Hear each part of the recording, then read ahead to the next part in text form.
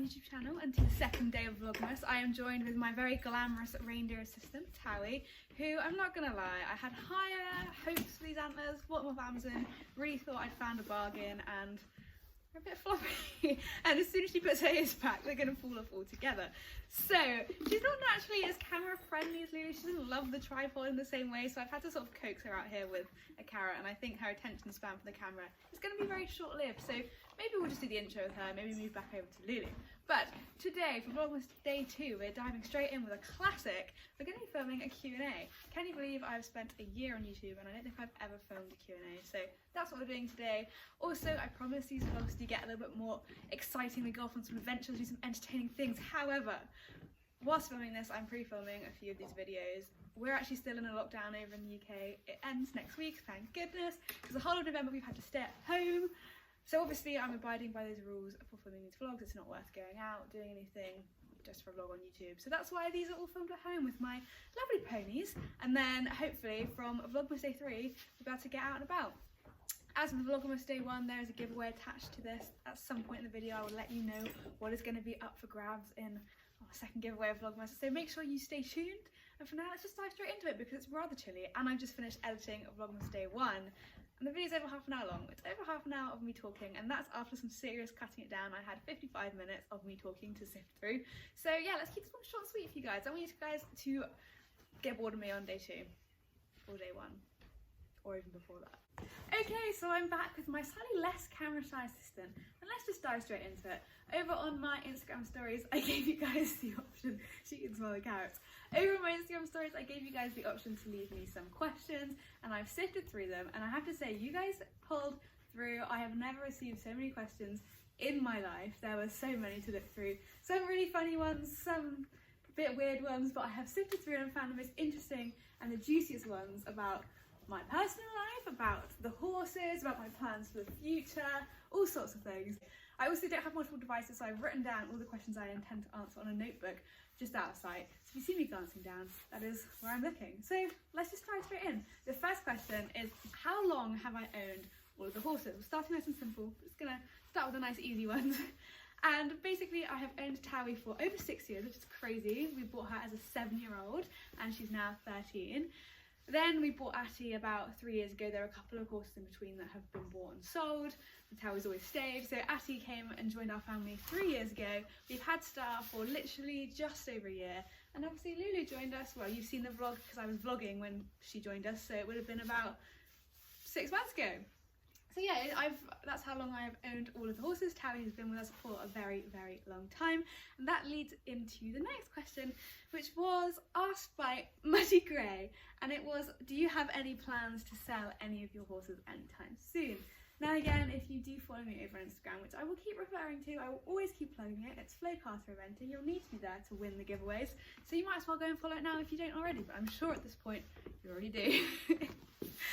I talk about a lot of these things on stories, a lot of more casual things. So yes, we actually do have plans to sell some of the horses. Very, very sadly, I don't want to see any of them go.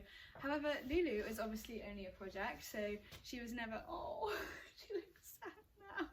She was never going to have a long-term home with us. Sometime in early 2021 she will be up for sale. I'd love to do a little bit more of her first. I'd plan to get her out to some competitions and some things. I actually do have one now planned as I think maybe the 5th day or the 4th day of Vlogmas, so there should be one coming. But yeah, obviously lockdown put a spanner in the works. We haven't achieved quite as much as I would have hoped to achieve with her. So yeah, hopefully more coming before she's for sale. And then very, very sadly, Towie will also be for sale at some point in 2021. I love that pony and if I could, I would have her forever, but sometimes things just don't work out like that. And obviously I'm hoping to head off and go to uni next year, and yeah, keeping her here at home just isn't an option. So my next question is about Dan and whether Dan has a favourite horse. If you've watched any of my vlogs, you'll probably know that Dan is my non-horsey boyfriend, who I'm slowly sort of integrating into being a little bit more horsey. He joined us, I think, at Swalcliffe last year and came and took photos and followed me around all day eventing. And he also has ridden Towie. There is a vlog on that. I would try and find it and link it in the description. And I'm really hoping over the Christmas break to get him on Atty. I may even try and include that in a Vlogmas vlog, but we will see. And I think he does have a favourite. I think deep down his favourite is actually Atty, but he also knows that my favourite is actually any of the others. So I know he also has a soft spot for Towie, because obviously Towie is the only one he's ridden. So I think those are probably his two favourites. We've taken the hat off because it was about to fall off. Maybe it'll get put back on at some point. But the next question I had was from Anna Gibbons Show Jumping, who asked whether I come from a horsey family, so the rest of my horsey family.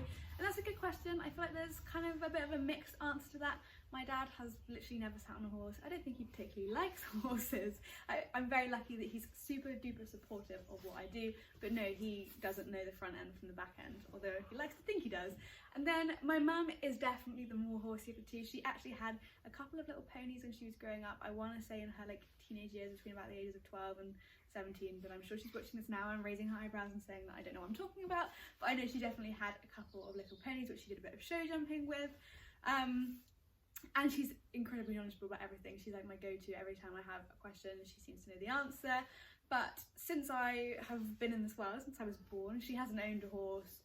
She never really used to ride. She does now ride out with me maybe once a week, once a fortnight, and she'll go on Towie and I will go on Lulu. And I actually did manage last year, just before I started vlogging, so I never really managed to document it, I think. I managed to get her on the gallops on Atty, which was a big achievement. Yes, and I'm hoping to do the same this year because it was so much fun. But yeah, so she can ride and she can ride pretty well, but she doesn't have her own horse or anything like that. Actually, these stables, if you've seen any of my other vlogs, you know we've got like a little stable block of 2 stables here, and then about an acre and a half of land. They actually weren't here when they bought the house, which was before I was born, so that's something they've put in with the view to me perhaps being horsey. Which leads on to my next question, which was at what age did I get my first horse? And I think this is really interesting because most people, most sort of like YouTubers or influencers that I watch from the equestrian sort of community are like, I got my first horse at age 3, or I got my first horse before I could walk, or I got my first horse when I was in primary school. I actually did not get my first horse until I was, I want to say 12, but it may be that I was just about to 10, 11. So I was definitely a little bit behind on all of that kind of stuff. I actually learned to ride in a riding school for many years, between about the ages of, I want to say 7 or 8, and then all the way up to when I got my first pony, which was, yeah, Christmas. I can't remember if I was 12 or Christmas I just turned 12, or if it was a Christmas I was 11, but I got a little 13-2 called Harvey. He's a Palomino, and I actually posted a video of him on my Instagram the other day, him chucking on the floor. He was a very sweet little thing, and he was gorgeous. He had so much presence, but he probably wasn't really a very good first pony. He was very spooky, absolutely everything scared him, and most people in their life would say they had a horse that they fell off a lot and it taught them a lot. That was him. I think in the 18 months that I had him, I fell off him probably getting on for 30 times. In fact, once I fell off him 3 times in one day, which is a personal record of mine. I would try and find the video that I put on my Instagram of me getting decked on the floor. If I still have it, I'll insert it. Over me speaking now, because it's far more interesting and far more funny. And I actually fell off him when I went to try him. The first ever time I met him, I went to try him at a show, which again, I was not experienced enough for that. Rode him in the warm-up arena. Some woman flapped a coat or did like a zip or something, set him off, he galloped off, and I just went plonk on the floor, because before that I'd only ever sat on riding school ponies, so it was a little bit of a step up. But he taught me so much, and then from him I went straight to getting Towie, and it kind of, I was like, wow, not every horse is scared of plastic bags, not every horse spooks at every tiny thing. But he was a very special horse because he was the first horse I ever really competed, and he taught me a lot. And I definitely learnt never to relax, never to take your eye off the ball, because why are you coming out here? You have all of this space, why are you coming out here? Yeah, so that was my first horse. So my next question was a non-horsey one. It was about what are my plans for 2021, not including like ridden aims, etc, etc. So I'm hoping to get to university. Some of you may know I have actually embarked on a second gap year this year, much to my parents' dismay. I'm still here. I took a gap year last year, and I also had questions about travelling and stuff, so I think there's one of those coming later. So I'll talk a little bit about what I achieved in gap year 1. But then this year, with everything that happened, the prospect of starting university in the September that has just passed was, yeah, not for me. I was like, I don't want to go and pay £9 grand a year to sit in one room and do online lectures. Next year, my biggest goal for the year is to actually make it to university in terms of non-horsey girls, because yeah, I'm actually really excited now. I'm ready to do it, but I'm just hoping that things are a little bit more back to normal. But the next question was, am I hoping to take any of the horses to uni with me? And the answer is yes, which hopefully you'll be pleased to know, because it means I'm not going anywhere. As you guys will have seen, I addressed the fact that both Lulu and Towie will sadly be for sale at some point in 2021, and that is kind of to make way for the fact that I'm hoping to bring both of the boys up to Loughborough with me next year, which means I'm going to have lots of research to do over the next couple of months about where I'm hoping to keep them and how I'm going to make it work, because obviously a history degree, 2 horses, trying to compete, maybe still trying to do a bit of this, it's going to be quite full on. But yeah, I'm hoping to take them to uni with me, and I'm also hoping to document the whole thing, because I've been doing a lot of research this year about what it's like taking horses to university with you, and I've drawn a blank. I know there's a lot of people out there that do it. I know that it's not necessarily easy, but there's really nothing on it. There's no blog posts on it, there's no articles on it.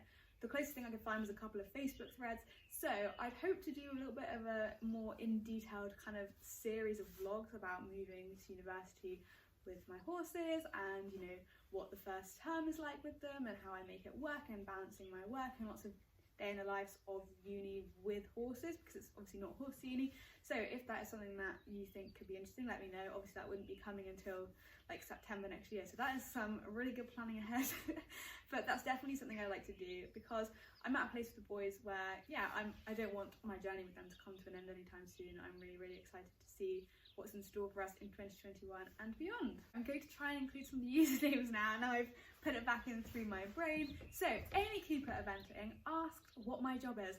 This is a reference to the fact that I have a new job and I've been posting about it non-stop on my Instagram stories, because I now have to wake up at 4 AM 4 days a week, which I'm not really a morning person. I mean, obviously I can't exactly lie until midday every day with the horses, so I'm used to getting up at a reasonable time of day, but 4 AM is a bit of a stretch, and the only time the 4 AM starts are actually acceptable is if you're getting eventing, which I'm most certainly not at this time of year. So my new job is nothing super duper glamorous. I'm actually just working in the supermarket. If you ever order online shops from supermarkets, they obviously need to get sort of packed by someone. So my job is basically to go around the supermarket before it opens and pack people's online shops. So it's actually a pretty nice job. I'm really enjoying it. And then Never Enough Ponies asked about my sponsorships. How did I get my sponsorships? And how would I go about recommending people do it? So that is a really good question, because I actually started 2020 with no sponsorships, and now I'm very lucky to have, I don't want to say sponsorships, but sort of collaborations, long-term collaborations with 3 brands. I'm Sporty Rider for Better Life.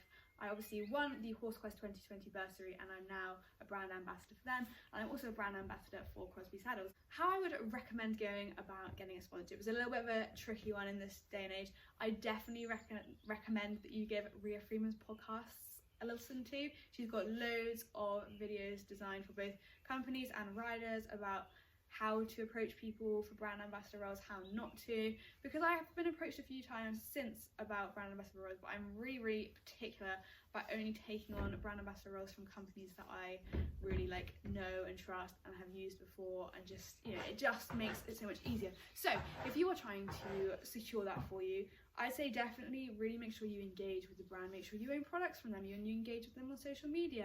And then there's nothing to lose in sending an email and perhaps setting out who you are and why you could do a good job at representing the brand. And I have to say, it's really hard to get a response from these things. When I got in touch back in December or January of sort of 2019, 2020, I probably emailed 15 companies and I got 1 response. And they are all companies that I genuinely loved and used and trusted, especially in COVID times. It's so difficult. Companies don't really have any additional budget for sponsors. So definitely go for it, but don't get yourself down if you don't hear back, because I was thinking for ages, what's wrong with me? Only 1 brand I've heard back from, but that's just life. Unfortunately, like, that's just how it works. There are so many amazing and talented riders out there nowadays that a lot of companies already have a really great team of riders. Also, stay tuned, I'd say in January of 2020, there are always so many like little brand ambassador or sponsorship searches via social media, so definitely that's another good way to find a company that you want to work with. Okay, I've had a brief break and I've checked my footage and I can see how long I've been recording for, and I said this is going to be a short vlog, so let's just go with some quick fire questions. One of them was, who is the hardest and the easiest of all of my horses that I have to ride? Again, I could give an essay for this, but I'm just going to be short and sweet and say Star is the hardest to ride. He's quite sensitive and quite complex, but when he gets it right, it's amazing. Just, yeah, I'm so privileged to have had the ride on him and have the ride on him. He's not going anywhere. And probably the easiest would be Towie. She just, over all the phases, she is a schoolmaster. She knows what she's doing. She will go on an outline for you in the dressage and work over her back and move in a nice pace, and she literally sees a show jump or a cross country jump and she goes. So I definitely say, yeah, Star's probably the hardest and Towie's probably the easiest. Another question I get a fair bit is about my glasses and how come I wear glass when I ride over contacts. It's really down to personal preference. I don't really like contact lenses. I'm very, very squeamish and I really struggle to get them in my eye. So yeah, I wear glasses. I've never personally had a problem with them. I think maybe once or possibly twice they've slipped down my nose a little bit when out cross country, which can be frustrating. But yeah, I just feel a lot more comfortable in them because I wear glasses every single day 24/7. So it just kind of makes sense to wear glasses, and I've never had an issue with it. I know a lot of people get worried they might fall off. Just yeah, it's definitely something you can test, you know, see how stable they are, and yeah, that is what I would say about that. And then I had a question, I think it's from Jess. I'm really sorry I forgot your username, but it was a very clever one, which is, what's the giveaway prize in today's vlog? Well, seeing as you are, seeing as you were clever, I'm going to tell you. I'm actually sort of representing the brand right now that the giveaway prize is of. So today I'm really excited to let you guys know that the giveaway prize I have up for grabs is from the lovely Mokara Equestrian. Now, you guys are probably thinking, Flo, you literally wear Mokara Equestrian clothing items in every single vlog. I know, that is because I am obsessed with their half zips. You've seen that I probably have a grey one I wear a lot. I love this one. I always have a baby pink one. Honestly, was so excited to score this collaboration for Vlogmas because I met Tara, who launched Mokara Equestrian at Olympia in December, and I bought this bad boy. And since then I have been back and purchased 2 more half zips and this lovely mulberry jacket because there is something so special about the brand. It is really friendly and lovely and personable, which is just so great. It was really nice to watch her launch in, I want to say it was about June of last year, and the summer of last year, and see just how far she's got now. And I'd say that a lot of you are probably familiar with Mokara Equestrian because they have done so well, and they have such a successful range of products from leggings to base layers to socks to jackets to half zips. Yeah, they are one of my go-to equestrian brands, and I absolutely adore them. So I'm really excited to let you guys know that the giveaway prize for the second giveaway, which will be live on the 7th, I hope I got it right, yeah, the 7th of December, is a little bundle of Mokara Equestrian goodies, including a cat, a water bottle, and some socks. So definitely make sure you head over to my Instagram and check that out when that goes live. I'm really excited to, yeah, share that giveaway with you. Another great prize. And you can still get your Christmas orders in from Mokara Equestrian. Like I said, it is a firm favourite on social media. People do love it. You can get your orders in, you can still do it. So make sure you head over from this vlog, check out their website, which will be linked in the description below, and make any of your final Christmas orders before it's too late. They have a seriously great range of stocking fillers as well. Their prices start at just £8, so you can get some really affordable goods. And another thing I love is I'm not a big fan of really heavily branded items. I don't really personally like that. I don't think they're particularly stylish. So what I love about Mokara Equestrian goods is they're very subtly branded, as you can see. So it feels really nice, really comfortable, but also me, like I'm not just a walking, talking billboard for a company. So that is just a few of the reasons why you should check Mokara Equestrian out and definitely be ready and prepared for the giveaway. Now, the next question I had was from Eva Show Jumping, and it's, what's my favourite discipline within eventing? Not show jumping, definitely cross country. Yeah, it probably goes cross country, dressage, show jumping. I get so nervous before show jumping because the idea of having poles down It's terrifying to me. And I had a question about the longest I've ever gone without riding, and since owning horses, it's probably when I went travelling last year. So on my gap year, I did, I think it was 4.5 or 5 weeks of interrailing around Europe. I will insert some photos here. It was an incredible experience, and I'm so glad that I did it, especially because I did it last November, and if I hadn't done it, I wouldn't have been able to go, because I literally haven't left the country since, I don't think, I want to say, because of COVID obviously. So it was an incredible opportunity, and definitely looking back on it, given the year we've had, has just made it an even more memorable experience. Amelia Hoskin asked about tips when you're looking for new horses, and my top tips would be go and see it twice. You should absolutely go and see a horse twice, if possible once out of its home environment, because horses can act very differently at home as opposed to away from home. And also get it bettered, even if it's only 2 stage, even if the horse is almost free, which, you know, if it is, let me know where you're finding them because I would love to hop on that bandwagon. Even the horse is costing nothing, get it vetted at least a 2 stage, because there's nothing worse than bringing your horse home and it just not being right. There's just not. Somebody asked, will I make enough money off YouTube to fund my horses? No, nowhere near. I do make a little bit of money off YouTube, and I'm very, very grateful to you guys who make that possible when you watch the ads the whole way through, as I've said before. So thank you so much. Love you guys for that. But no, I really call it my pocket money. The money I make off of YouTube is less than £100 a month, and it's just money that I have for maybe going out and seeing friends, or if I want to spoil myself. That's really what it is. It's like my little extra spending money. This is my side hustle, guys. Now I'm a proper working woman. New Forest Norman asked whether I have any plans to step up the levels of eventing in the future. Yes, I guess you could say I'm definitely hoping to get some 2 stars next year, which I would call a step up. I actually went to a 2-star short with Atty all the way back in September of 2019, and it got abandoned after dressage. So that sucked. So I would definitely say that 2 stars probably a step up on the basis that I haven't ever completed the competition there, I haven't ever jumped. So yes, and also pipe dream for 2020 or possibly 2021 is I'd love to take one of the boys around intermediate. I'm not sure which one yet. Whichever one's up for it, that would just be a dream come true for me.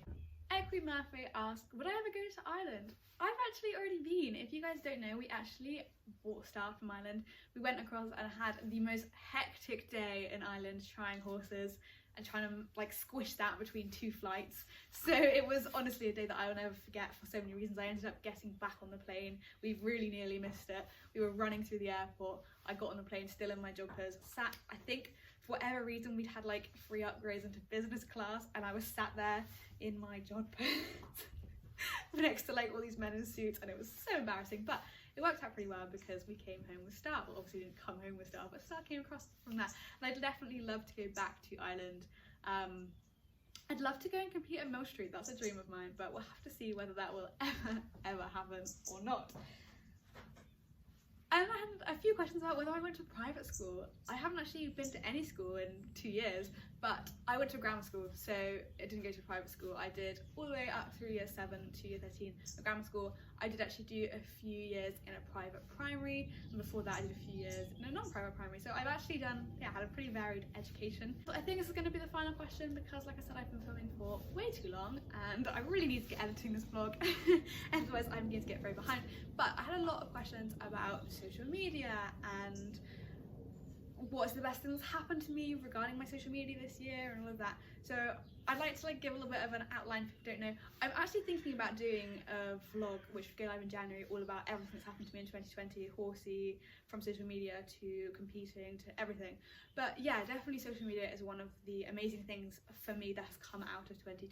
2020 has been a bit of a rough year for many people, especially with COVID and lockdown, and I'm very, very lucky to have had an absolutely amazing experience with social media this year. I came into this year with 6,500 followers over on Instagram, and like I said, I now have almost 22,000. Incredible that I've had these opportunities because of my social media. So definitely, yeah, the best things that have come because of social media my way are definitely working with brands. That's just been incredible, but also the love and support that I've had from you guys, whether it's out of competitions saying hi to me or getting videos for me, or the DMs. I get some really, really lovely DMs every single day from you guys, or there's a couple of lovely girls that have fan pages for me, and I'm so incredibly grateful, and I know they watch these vlogs, so thank you so, so much, because it's, yeah, it's just so surreal, and I feel very, very lucky. I really hope that 2021 has some more exciting things, because some people were asking what I was hoping to achieve in 2021. I hope that I have some more exciting opportunities with social media, but I don't want to make it sound like I'm a mega star, because I know there's a lot of people out there with a lot bigger followings who do a lot more than I do. But yeah, it's definitely been a wild ride through 2020, and I'm very, very grateful for all of you for your support. And I think on that positive gushy note, where I feel a bit weird talking about social media success, it feels like I'm a bit of a phony. On that weird note, I think we'll probably close up this vlog. I really hope you enjoyed it. Make sure you're back here in 4 days at 6 p.m. because, well, if you're watching this when it comes out, because there's going to be another Vlogmas vlog 3, which will mean we're halfway there. And also, of course, make sure you head over to my Instagram for 6 p.m. on the 7th of December for the Mikara equestrian giveaway. You guys do not want to miss out on that. And unfortunately, the Stride giveaway is now closed, so if you missed that, definitely make sure you don't miss out on the Mikara one. Thank you guys so much for watching, and I will see you on the 3rd for a little bit more of a active, maybe even out and about Vlogmas Day 3. Bye!